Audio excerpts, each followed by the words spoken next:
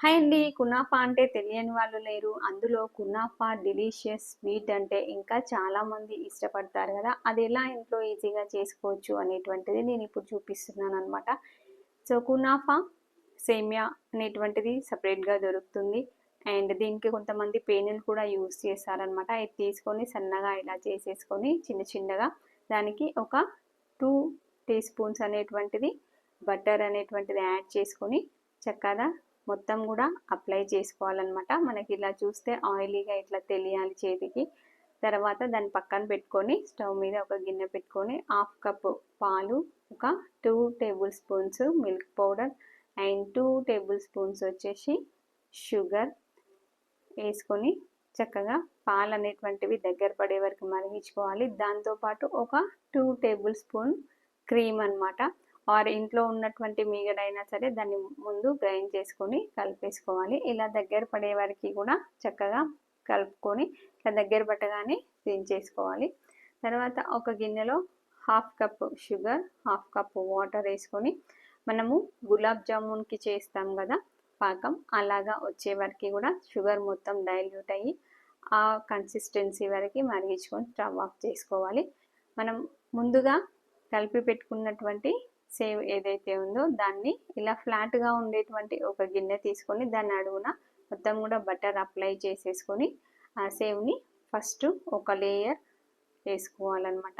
So ఇలా save అనేటువంటిది spread చేసుకున్న తర్వాత ఒక గ్లాస్ కానివ్వండి లేదా పప్పు గుత్తి ఉంటే పప్పు గుత్తి కానివ్వండి తీసుకొని ఇలా దాన్ని చక్కగా ఈక్వల్గా చేసుకోవాలి.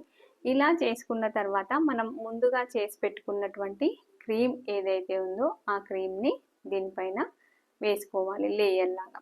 సో ఎడ్జెస్కి మొత్తం కూడా వెళ్ళకుండా కొంచెం లోపల వరకు క్రీమ్ అనేటువంటిది వేసుకోవాలన్నమాట. సో ఇది మనకి చాలా చాలా డెలీషియస్ స్వీట్ అండి. అండ్ చెప్పుకోవాలి అంటే కునాఫా చాక్లెట్ ఎలాగైతే ఇష్టపడతారో అంతే ఇష్టంగా చాలామంది ఇష్టపడతారు.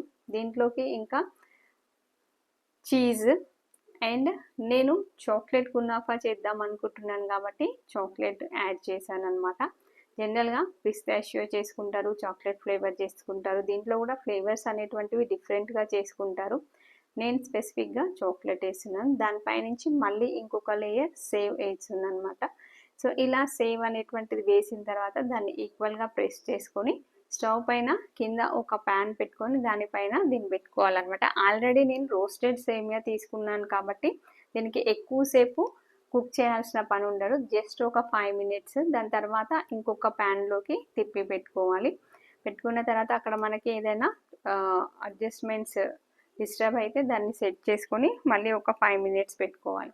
సో జనరల్గా మనకి నాన్ రోస్ట్ తీసుకుంటే అయితే మనకి కలర్ అనేటువంటిది తెలుస్తుంది రోస్ట్ అయినప్పుడు. దీనికి పెద్దగా తెలియదు. చాక్లెట్ వేసాను కాబట్టి కొంచెం బ్లాక్ షేడ్ అనేటువంటిది మనకు కనిపిస్తూ ఉందన్నమాట.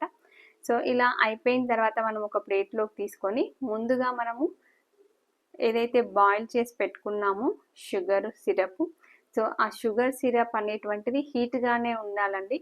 సో మనం చెప్పడం మర్చిపోయాను, మనం షుగర్ సిరప్ ఆఫ్ చేసుకునేటప్పుడు ఒక 2 డ్రాప్స్ లెమన్ డ్రాప్స్ అనేటువంటివి వేసుకోవాలి గట్టిపడకుండా ఉండడం కోసం.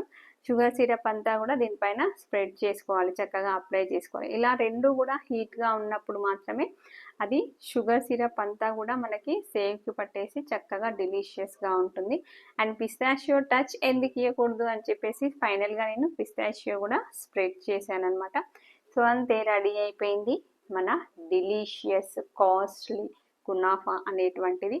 సో చాలా సింపుల్ అండి. కొంచెం టైం స్పెండ్ చేస్తే ఇంట్లో చేసుకోవడం అనేటువంటిది మనకి ఫ్రెష్గా చేసుకోవచ్చు అండ్ డెలీషియస్గా తినొచ్చు. నచ్చినట్లయితే లైక్ చేయండి.